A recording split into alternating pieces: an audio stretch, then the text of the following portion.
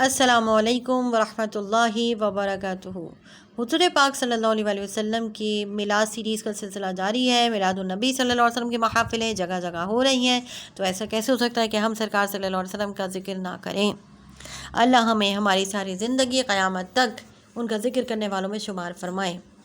آج کا جو بیان ہے وہ حضور کریم صلی اللہ علیہ وسلم کے حلیہ مبارک پر ہے، اور آج ہم اپنے پیارے نبی صلی اللہ علیہ وسلم کا حلیہ مبارک، آپ کی پیاری آنکھیں، آپ کا قد زیبا اور آپ کے جسم کے مختلف جسم کے اعضاء کے بارے میں سنیں گے، آپ کے چہرے مبارک کے بارے میں سنیں گے، آپ کے پسینے مبارک کے بارے میں، یعنی جو کچھ ہمیں اس شارٹ ویڈیو میں ہو سکے گا ہم وہ تقریباً سننے کی سعادت پائیں گے، اور انشاءاللہ پھر حلیہ مبارک کے حوالے سے ایک ایک ٹاپک پر ڈیٹیل سے ویڈیو بنائیں گے۔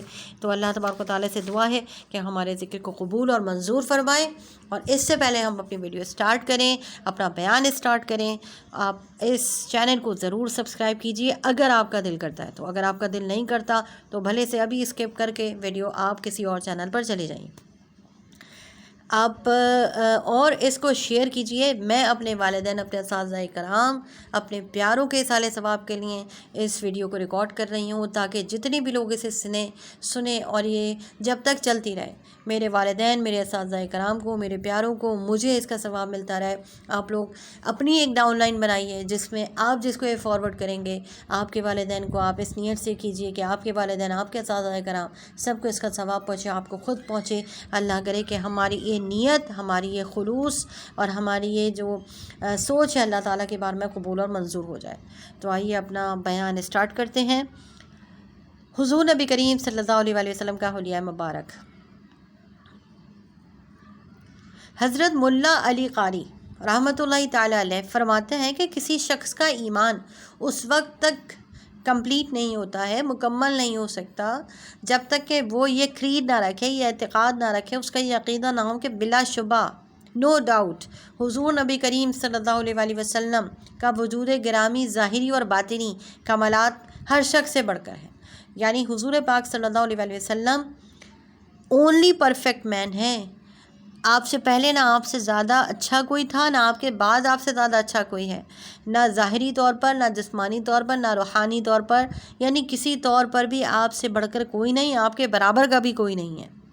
تو جب تک یہ ہمارا ایمان ایسا نہیں ہوگا تو ہم کامیاب نہیں ہو سکتے، ہمارا عقیدہ نہیں ہوگا، ہمارا ایمان نہیں ہو سکتا۔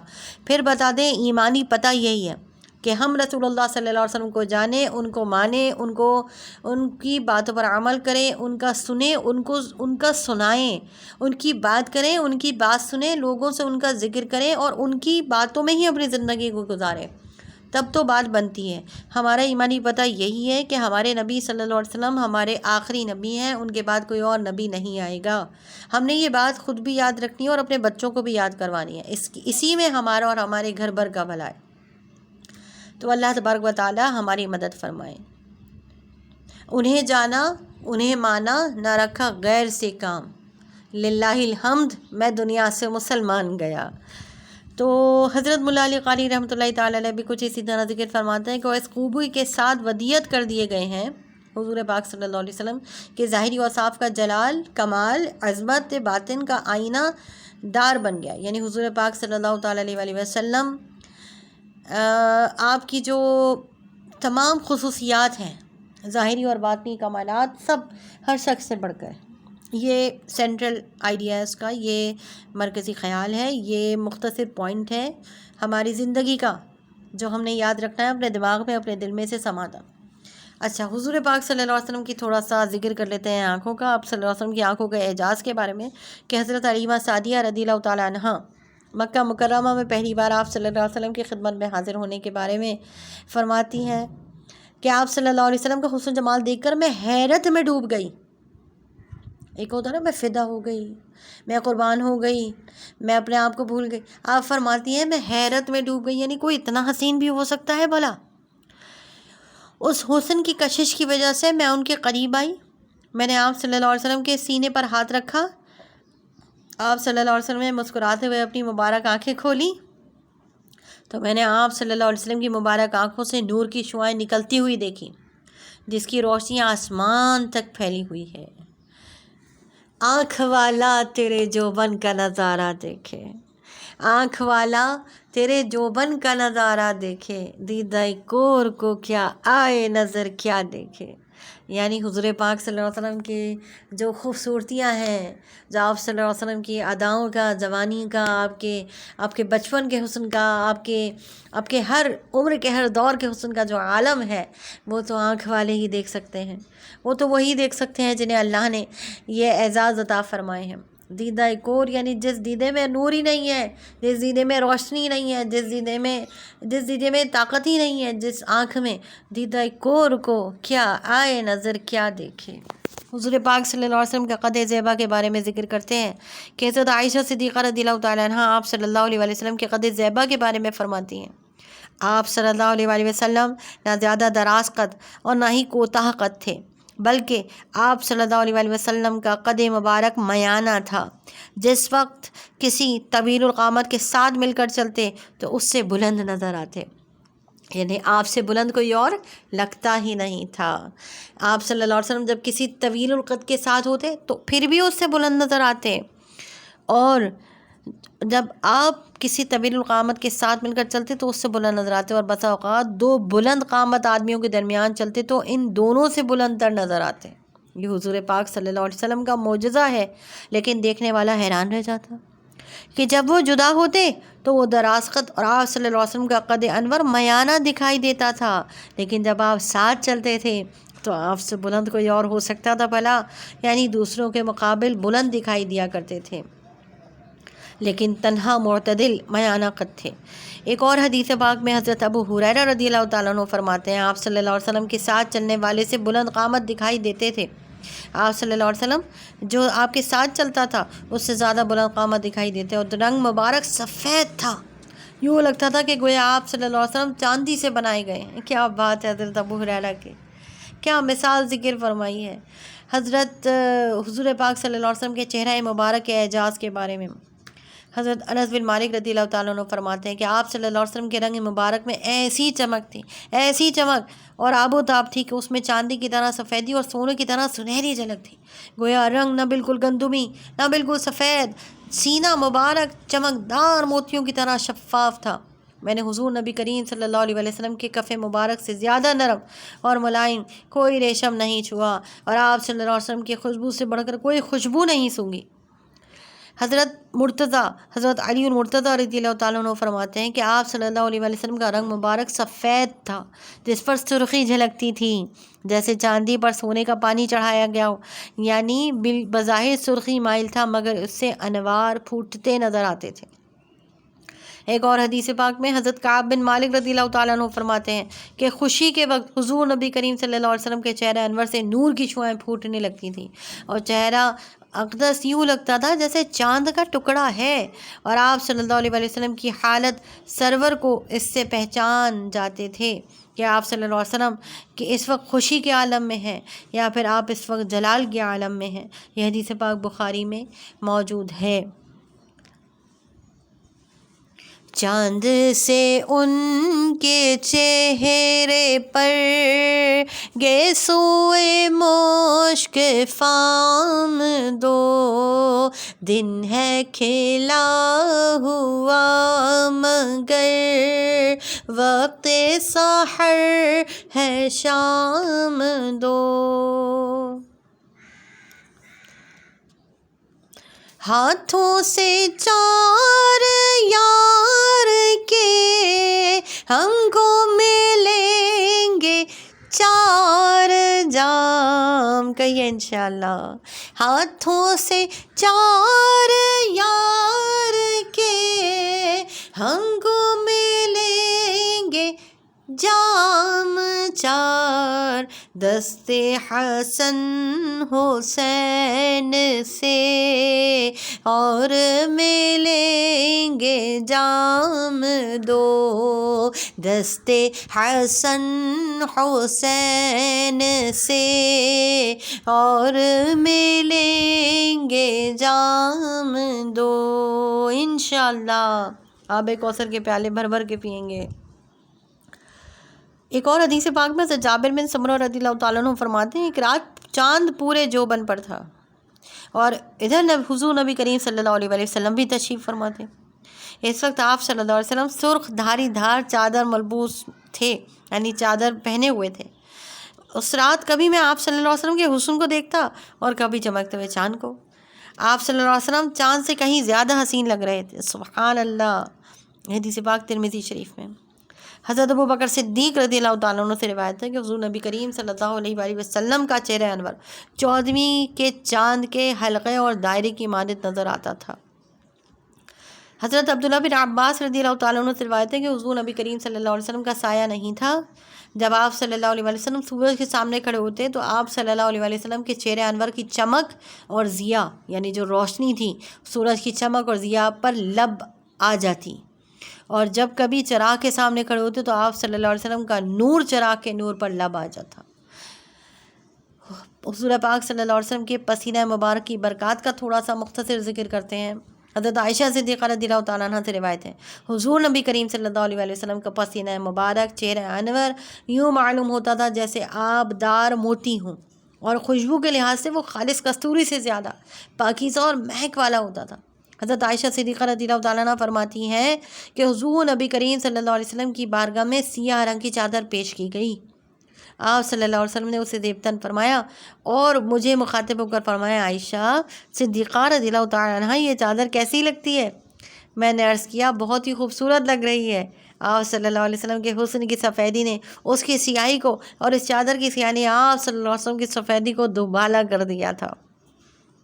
حضرت علی المرتضیٰ رضی اللہ تعالیٰ عنہ سے روایت ہے کہ ایک شخص نے حضور نبی کریم صلی اللہ علیہ وسلم کی بارگاہ میں حاضر ہو کر عرض کیا، مجھے اپنی بیٹی کی شادی کرنی ہے اور میں چاہتا ہوں کہ آپ صلی اللہ علیہ وسلم کی میری معاونت فرما دیں۔ آپ صلی اللہ علیہ وسلم نے فرمایا، کل میرے پاس آنا، ایک کھلے منہ والی بوتل اور درخت کی ایک چھوٹی سی لکڑی بھی ہمراہ لانا۔ آپ صلی اللہ علیہ وسلم نے اس لکڑی کے ساتھ اپنی کلائیوں سے پسینہ پوچھنا شروع فرمایا اور بوتل میں جمع فرمانے لگے، حتیٰ کہ وہ بوتل بھر گئی۔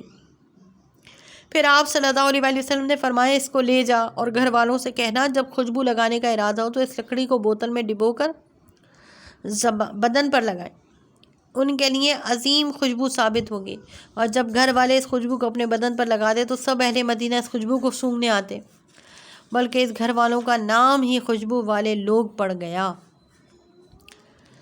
حضور پاک صلی اللہ علیہ وسلم کے حلیہ مبارک کے حوالے سے جو حدیث پاک آپ کی گوش گزار کرنے کی سعادت حاصل کرنا چاہوں گی وہ حضرت علی المرتضیٰ رضی اللہ تعالیٰ عنہ سے مروی ہے، اور حدیث پاک کچھ ہے کہ حضور نبی کریم صلی اللہ علیہ وسلم قد مبارک میں نہ زیادہ لمبے تھے اور نہ پست قد بلکہ درمیانہ قد تھے۔ آپ صلی اللہ علیہ وسلم کی گیس مبارک نہ بالکل پیچ دار تھے نہ بالکل سیدھے بلکہ قدرے گھنگریالے تھے۔ آپ صلی اللہ علیہ وسلم کا جسم فربا نہ تھا، چہرہ انور بالکل گول نہ تھا بلکہ اس میں کسی قدر گولائی تھی، رنگ چمکدار سفید سرخی مائل تھا، چشمان مقدس نہایت سیاہ تھیں اور پلکیں دراز تھیں، جوڑوں کی ہڈیاں جسیم تھیں، دونوں شانوں کے درمیان کی جگہ پرگوشت تھی۔ آپ صلی اللہ علیہ وسلم کے بدن اقدس پر زیادہ بال نہ تھے، سینہ اقدس سے ناف مبارک تک بالوں کی پتلی لکیر تھی۔ آپ صلی اللہ علیہ وسلم کے ہاتھ اور پاؤں پر گوشت تھا۔ آپ صلی اللہ علیہ وسلم جب چلتے تو قدموں کو قوت کے ساتھ اٹھاتے، ایسے لگتا بلندی سے نیچے کی طرف اتر رہے ہیں۔ جب کسی کی طرف متوجہ ہوتے تو پورے بدن کو پھیر کر توجہ فرماتے۔ دونوں شانوں کے درمیان مہر نبوت تھی۔ آپ صلی اللہ علیہ وسلم کا قلب اطہر سب سے زیادہ نرم تھا۔ آپ صلی اللہ علیہ وسلم خاتم الانبیاء ہیں۔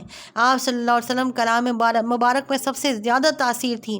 آپ صلی اللہ علیہ وسلم آپ کی طبیعت مقدسہ سب سے زیادہ نرم تھی، نسب سب سے زیادہ اعلیٰ تھا۔ جو شخص آپ صلی اللہ علیہ وسلم کو اچانک دیکھتا تو آپ صلی اللہ علیہ وسلم کی شخصی وجاہت اور غیر معمولی حسن کے باعث مرعوب اور ہیبت زدہ ہو جاتا، اور جو آپ صلی اللہ علیہ وسلم کی صحبت میں رہتا آپ صلی اللہ علیہ وسلم سے بے پناہ محبت کرنے لگتا۔ حضرت علی المرتضیٰ رضی اللہ تعالیٰ عنہ آپ صلی اللہ علیہ وسلم کی تعریف اور نعت بیان کرتے ہوئے فرماتے ہیں کہ میں نے آپ صلی اللہ علیہ وسلم کی ذات جیسا کامل، حسین، خوشنما، دل نواز کوئی شخص پہلے نہیں دیکھا اور نہ آپ صلی اللہ علیہ وسلم سے بعد کوئی دیکھا۔ لم ترقت عینی، سبحان اللہ سبحان اللہ۔ ایک اور حدیث پاک میں کہ حضور نبی کریم صلی اللہ علیہ وسلم کے وصال کے بعد حضرت علی المرتضیٰ، حضرت عمر رضی اللہ تعالیٰ عنہما کی حضرت اویس قرنی رضی اللہ تعالیٰ عنہ سے ملاقات کے لیے ان کے آبائی وطن قرن پہنچے تو آپ صلی اللہ علیہ وسلم کا فرمان سنایا۔ اثناء گفتگو حضرت اویس قرنی رضی اللہ تعالیٰ عنہ نے حضرت علی المرتضیٰ اور حضرت عمر رضی اللہ تعالیٰ عنہ سے پوچھا کہ کیا تم نے کبھی فخر موجودات کا دیدار بھی کیا ہے؟ انہوں نے اس بات میں جواب دیا تو مسکرا کر کہنے لگے تم نے رسول اللہ صلی اللہ علیہ وسلم کے حسن کا محض ایک پر تو دیکھا ہے۔ سبحان اللہ، اللہ اکبر۔ حضرت جابر بن سمرہ رضی اللہ تعالیٰ عنہ بیان فرماتے ہیں کہ میں نے مہر نبوت کو آپ صلی اللہ علیہ وسلم کے دونوں شانوں کے درمیان ایک سرخ اور بالکل معمولی سی ابھرے ہوئے گوشت کی مثل دیکھا۔ ان حدیث کو سامنے رکھ کر کوئی عاشق رسول صلی اللہ علیہ وسلم کی آپ صلی اللہ علیہ وسلم کی شخصیت کے متعلق تصور بنا کر اپنی عبادت اور ریاضت کی مٹھاس کو بڑھا سکتا ہے۔ ایک اور حدیث میں آپ صلی اللہ علیہ وسلم نے حضرت ابو بکر صدیق رضی اللہ تعالیٰ عنہ کو فرمایا ہے، ابو بکر رضی اللہ تعالیٰ عنہ، اس ذات کی قسم جس نے مجھے حق کے ساتھ مبعوث فرمایا، میری حقیقت میرے رب کے سوا کوئی نہیں جان سکتا۔ اللہ تعالیٰ نے آپ صلی اللہ علیہ وسلم کے وجود اقدس کو اس طرح تحقیق فرمایا جیسے آپ صلی اللہ علیہ وسلم کی رضا تھی۔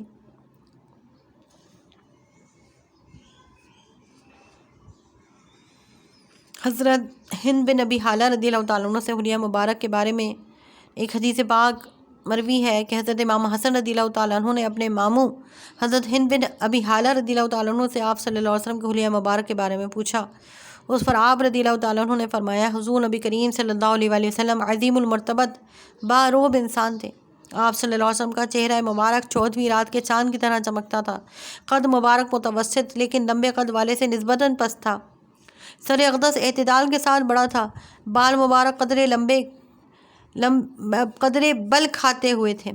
سر کے بالوں میں سہولت سے مانگ نکل آتی تو رہنے دیتے، ورنہ مانگ نکالنے کا اہتمام نہ فرماتے۔ جب آپ صلی اللہ علیہ وسلم کے بال مبارک زیادہ ہوتے تو کانوں کی لو سے زیادہ بڑھ جاتے، اور آپ صلی اللہ علیہ وسلم کا رنگ مبارک چمکدار، پیشانی کشادہ، ابرو خمدار، باریک اور گنجان تھے۔ ابرو مبارک جدا جدا تھے، ایک دوسرے سے ملے ہوئے نہیں تھے۔ دونوں کے درمیان ایک مبارک رگ تھی جو حالت جلال میں ابھر آتی۔ بینی مبارک مائل بلندی تھی اور اس پر ایک چمک اور نور تھا جو شخص غور سے نہ دیکھتا وہ آپ صلی اللہ علیہ وسلم کو بلندی بینی والا خیال کرتا تھا۔ اور آپ صلی اللہ علیہ وسلم کی ریش مبارک گھنی تھی، رخسار مبارک ہموار تھے، دہن مبارک اعتدال کے ساتھ فراخ تھے، سامنے والے دانتوں میں قدرے کشادگی تھی، سینے سے ناف تک بالوں کی ایک باریک لکیر تھی۔ آپ صلی اللہ علیہ وسلم کی گردن مبارک اتنی خوبصورت اور باریک تھی جیسے چاندی کی سراہی ہو۔ آپ صلی اللہ علیہ وسلم کے اعضاء مبارک پر گوشت اور معتدل تھے اور ایک دوسرے کو مضبوطی سے پکڑے ہوئے تھے۔ پیٹ اور سینہ مبارک معتدل تھا لیکن سینہ مبارک فراخ تھا۔ دونوں شانوں کے درمیان مناسب فاصلہ تھا۔ جوڑوں کی ہڈیاں قوی تھیں۔ بدن مبارک کا جو حصہ کپڑوں سے باہر ہوتا روشن نظر آتا تھا۔ سینہ اقدس بالوں سے خالی تھا، البتہ بازوؤں، کندھوں اور سینہ مبارک کے بالائی حصے پر کچھ بال تھے۔ کلائیاں دراز تھیں اور ہتھیلیاں فراخ اور پرگوشت تھیں۔ ہاتھ اور پاؤں کی انگلیاں اعتدال کے ساتھ لمبی تھیں۔ آپ صلی اللہ علیہ وسلم کے تلوے قدرے گہرے اور قدم ہموار اور صاف تھے کہ پانی فوراً ڈھلک جاتا۔ جب آپ صلی اللہ علیہ وسلم چلتے تو قوت کے ساتھ قدم اٹھاتے مگر تواضع کے ساتھ چلتے۔ زمین پر قدم آہستہ پڑتا نہ کہ زور سے۔ آپ صلی اللہ علیہ وسلم سبک رفتار تھے اور قدم ذرا کشادہ رکھتے۔ جب آپ صلی اللہ علیہ وسلم چلتے تو یوں محسوس ہوتا گویا بلند جگہ سے نیچے اتر رہے ہیں۔ جب کسی طرف توجہ فرماتے تو مکمل توجہ ہوتی۔ آپ صلی اللہ علیہ وسلم کی نظر اکثر جھکی رہتی اور آپ آسمان کی نسبت زمین کی طرف زیادہ رہتی۔ گوشہ چشم سے نہ دیکھنا آپ صلی اللہ علیہ وسلم کی عادت شریفہ تھی۔ چلتے وقت آپ صلی اللہ علیہ وسلم اپنے صحابہ کو آگے کر دیتے اور جس سے ملتے سلام کہنے میں خود ابتدا فرماتے تھے۔ یہ حدیث پاک ترمذی میں موجود ہے۔ امت مسلمہ کا اس بات پر اتفاق ہے کہ آپ صلی اللہ علیہ وسلم کی ذات تمام کائنات کے انسانوں سے ہر ظاہری، جسمانی، روحانی لحاظ سے بہترین ہے، افضل ہے، اعلیٰ ہے۔ وآخر دعوانا ان الحمد للہ رب العالمین، آمین بجاہ نبی الامین صلی اللہ علیہ وآلہ وسلم۔ میرے آقا کی ہے شان سب سے الگ، میرے آقا کی ہے شان سب سے الگ، جیسے رتبے میں قرآن سب سے الگ، میرے آقا کی ہے۔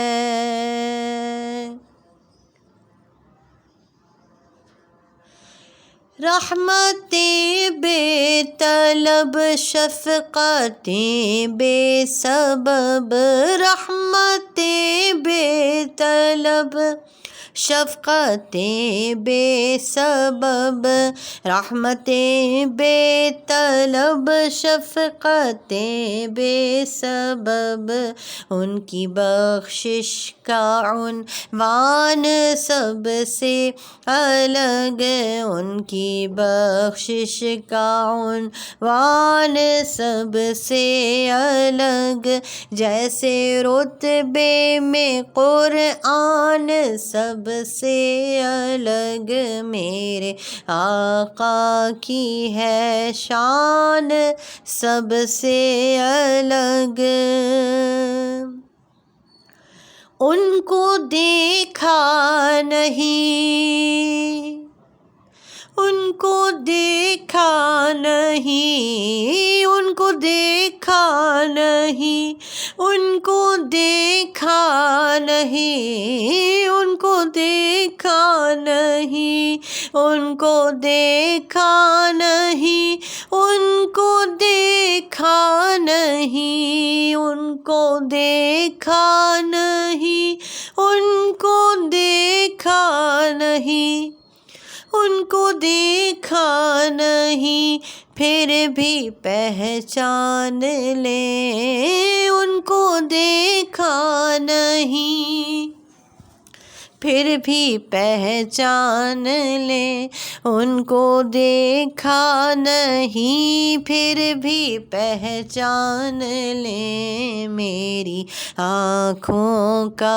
ایمان سب سے الگ، میری آنکھوں کا ایمان سب سے الگ، جیسے رتبے میں قرآن سب سے الگ، میرے آقا کی ہے شان سب سے الگ، جیسے رتبے میں قرآن سب سے الگ، میرے آقا کی ہے شان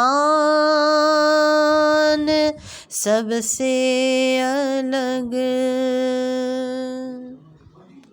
وآخر دعوانا الحمد لله رب العالمين ربنا تقبل منا إنك أنت السميع العليم ربنا تقبل منا إنك أنت السميع العليم ربنا تقبل منا إنك أنت السميع العليم یا رب العالمین اپنی بارگاہ میں قبول اور منظور فرما، آمین آمین آمین۔ اللہم اجعل آخر کلامنا لا الہ الا اللہ محمد رسول اللہ، لا الہ الا اللہ محمد رسول اللہ، لا الہ الا اللہ محمد رسول اللہ۔